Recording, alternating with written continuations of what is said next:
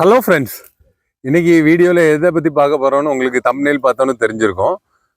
முக்கியமாக நிறைய பேர் கேட்குற கேள்வி, பிஷப், அதாவது திருநெல்வேலி டைசிஸ் பிஷப் மட்டும் பற்றி நீ ஏன் குறை சொல்கிற, அடுத்து ஜான் ஜெபராஜ் அவங்கள பற்றி ஏன் குறை சொல்கிற, அதுக்கப்புறம் நம்ம ஜஸ்டின் இந்தியா அவங்கள பற்றி ஏன் குறை சொல்கிற, இந்த கேள்வி எல்லாரும் கமெண்ட்டில் வைக்காங்க. என்கிட்ட ஃபோனில் கூட நிறைய பேர் கேட்காங்க.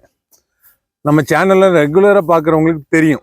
அதாவது ஜஸ்டின் இந்தியா, ஜான் ஜெபராஜ் இவங்களுக்கும் ஊழியத்துக்கும் சம்மந்தம் இல்லை அப்படிங்கிறது என்னுடைய ஆணித்தரமான கருத்து.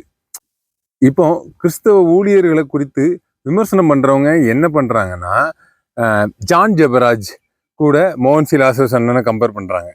இது இவங்களுடைய நோக்கம் என்னன்னா, எல்லாரும் கெட்டவங்க அப்படின்னு காட்டுறது அவங்களுடைய நோக்கம். அது இல்லை, அதை டிஃபெண்ட் பண்ணுறதுக்காக தான் நான் யூடியூப்பில் இருக்கேன். அந்த மாதிரி ஊழியர்கள் மொத்தத்தில் எல்லா ஊழியர்களுக்கும் ஒரு சப்போர்ட்டாக தான் நான் யூடியூப்பில் இருக்கேன். நமக்கு இப்போ இந்த விமர்சனம் பண்ணுறவங்க பண்ணுறதுல என்ன பிரச்சனைனா, எல்லாரையும் ஒரே ஃபோட்டோவில் போட்டுடுறாங்க. ஜான் ஜெபராஜ், அப்புறம் நம்ம மோகன் சிலாசஸ் அண்ணே, நம்ம அடுத்து எம்டி ஜெகன்னே, அப்புறம் கார்த்திக் கமாலியல் அண்ணே, அப்புறம் நம்ம ரெவரண்ட் மோகன் அவர்கள், அப்புறம் பால் தினகரன் அவர்கள், எல்லாத்தையும் ஒன்றா போட்டு எல்லாரும் ஈக்குவல் அப்படிங்கிற மாதிரி மக்கள்கிட்ட கொண்டு போய் சேர்க்காங்க. இது என்னன்னா, ஊழியமே தவறு அப்படிங்கிற மாதிரி மக்கள்கிட்ட கொண்டு போகிறாங்க. இதுக்கு நம்ம எதிராக இருக்கோம். அடுத்து நம்ம கோயம்புத்தூர் பென்சன்னே, இவங்க பண்ணுற ஊழியம் வேற, ஜான் ஜெபராஜ், அடுத்து ஜஸ்டின் இந்தியா இவங்க பண்ணுற ஊழியம் வேற. இதுதான் நம்மளுடைய கருத்து. அடுத்து திருநெல்வேலி பேராயர் குறித்து நான் வரேன். திருநெல்வேலி பேராயர் அப்படின்னா அவங்களுடைய ஊழியத்தையும் நம்ம குறைவே சொல்லலை. அவங்க கிட்டத்தட்ட ஒரு 30 வருஷத்துக்கு மேலே பாஸ்டர் சேர்மனாக இருக்காங்க, நிறைய ஊழியம் பண்ணியிருக்காங்க. அந்த ஊழியத்தை குறித்து நம்ம குறை சொல்லலை. அவங்களுடைய நிர்வாகத்தை குறித்து தான் நம்ம சொல்கிறோம். அவங்க நிர்வாகத்தில் இருக்கிற தப்பை குறித்து நம்ம யூடியூப்பில் சொல்கிறோம். அது என்னன்னா, இந்த நிர்வாகம் அவங்க உருவாக்குன நிர்வாகம் இல்லை. இது 200 வருஷத்துக்கு முன்னாடி மிஷினரிமார்கள் ரத்த சிந்தி உருவாக்குனது இந்த நிர்வாகம். இங்கே உள்ள சொத்துக்களோ இன்ஸ்டியூஷனோ எல்லாமே இந்த பேராயர் உருவாக்குனது எதுவுமே கிடையாது. எல்லாமே மிஷினரிமார்கள், இதுக்கு முன்னாடி இந்த பிஷப்மார்கள் உருவாக்குனது. அதனால அதை சரியா நிர்வாகம் பண்ணாததால பேராயர் அவர்கள்ட்ட நம்ம கேள்வி கேட்கும். பேராயர் ஐயா இன்னொன்று பண்றது துரோகம். நம்ம ஜான் ஜெபராஜ் அவர்கள் மனைவிக்கு துரோகம் பண்ணியிருக்காங்கன்னா, பேராயர் ஐயா தனக்கு உதவியா, பேராயராக உதவியாக இருந்தவருக்கு பச்சை துரோகம் பண்ணாங்க. அதனால தான் நான் இந்த இதுக்குள்ளே இறங்கினேன். நம்ம டிஎஸ் ஜெய்சிங் அவர்களுக்கு பேராயர் அவர்கள் ஒரு பெரிய துரோகம் பண்ணாங்க. என்ன சொல்றேன்னா, இப்போ பேராயர் அவர்கள் தேர்தல் முறையில தான் தேர்ந்தெடுக்கப்படுறாங்க. அந்த தேர்தலுக்கு ஓட்டு கேட்க போறாங்கல்ல, ஒவ்வொரு ஓட்டும் ஒவ்வொரு இடத்துல இருக்கும். ஒரு 400 ஓட்டு இருக்குன்னா, அது 400 ஓட்டு 100-150 கிலோமீட்டருக்குள்ள இருக்கும். ஒவ்வொரு இடத்துக்கும் போய் ஓட்டு கேட்கணும். அப்போ அந்த ஒரு வெஹிக்கிள்ல போவோம்ல, அந்த வெஹிக்கிள் கூட பேராயர் அவர்கள் பெட்ரோலோ டீசலோ போட்டிருக்க மாட்டாங்க.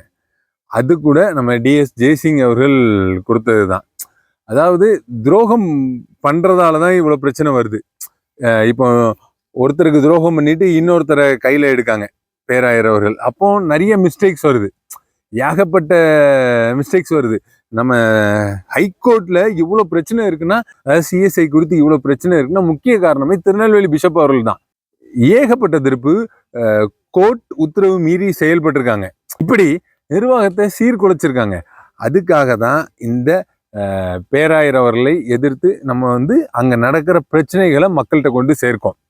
ஏகப்பட்ட பிரச்சனை. நம்ம சொல்ல போனா ஒரு 1.5 வருஷத்துல நம்ம வீடியோ பார்த்தாலும் தெரியும் எவ்வளோ பிரச்சனைகள். ஒரு பில்டிங் கட்டுனா அதை கட்ட விட மாட்டாங்க. இன்னொரு விஷயம் நான் சொல்ல ஆசைப்படுறேன். என்னன்னா, போன நவம்பர்ல ஒரு தியான மண்டபம் கட்ட போறேன் அப்படின்னு சொல்லி ஒரு கல்வெட்டு வச்சாங்க.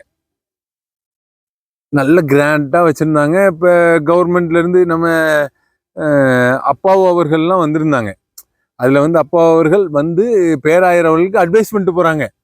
ஒரு அரசாங்க அதிகாரி பேராயர் அவர்களுக்கு அட்வைஸ் பண்ணிட்டு போறாங்க. அதை பேராயிரம் லெவல் கேட்கலன்னு வச்சுக்கோங்களேன். ஆனால் இந்த தியான மண்டபத்தை கட்டுறதை கைவிட்டுட்டாங்க. போன நவம்பரில் அடிக்கல் நாட்டினது கைவிட்டுட்டு இந்த நவம்பரில் இன்னொரு கல்வெட்டு வைக்காங்க. நாம ஏதாவது ஒன்று செய்யணும். தானும் செய்யற கிடையாது, அடுத்தவங்களையும் செய்ய விடுறது கிடையாது. அடுத்து ஹைகோர்ட் கூட ஒரு உத்தரவு கொடுத்துருந்துச்சு, நீங்க லே செக்ரட்டரி ட்ரெஷரர் பேட்ச் கேட்டு தான் செய்யணும், அவங்க வந்த பிறகு தான் எதுனாலும் செய்யணும் அப்படின்னு சொல்லியிருந்துச்சு. அந்த உத்தரவெல்லாம் ஐயா கேட்கறதே கிடையாது. கோர்ட்டெல்லாம் இந்த ஹெச் ராஜா அவங்க சொல்ற மாதிரி தான். ஐயா கோர்ட்டு மதிக்கிறதே கிடையாது. ஏன்னா ஏற்கனவே கல்வெட்டு வைத்த ஒரு நிகழ்வுக்கு அந்த இடத்துல ஏற்கனவே கல்வெட்டு வச்சிருக்கு, அதே மருத்துவ நிகழ்வுக்கு திரும்பி கல்வெட்டு வைக்காங்க. அதே காரணத்தை சொல்லி கல்வெட்டு வைக்காங்க. ஏற்கனவே கல்வெட்டு வச்சதுக்கு திரும்பி கல்வெட்டு வைக்காங்க. இது என்ன விதத்துல நியாயம் அப்படிங்கறதான் தெரியல. இதையாவது கெட்டி முடிப்பாங்களா அப்படிங்கிறத நம்ம பார்க்க தான் செய்யணும். மொத்தத்துல இந்த நம்ம ஜான் ஜெபராஜ் அவர்களுக்காக, ஜஸ்டின் இந்தியா அவர்களுக்காக, நம்ம பேராயருக்காக ப்ரேயர் பண்ணிக்கோங்க ஃப்ரெண்ட்ஸ். ஓகே, குறைகள் குற்றங்கள் இருந்தால் மன்னிக்கவும். பாய் பாய் பாய்.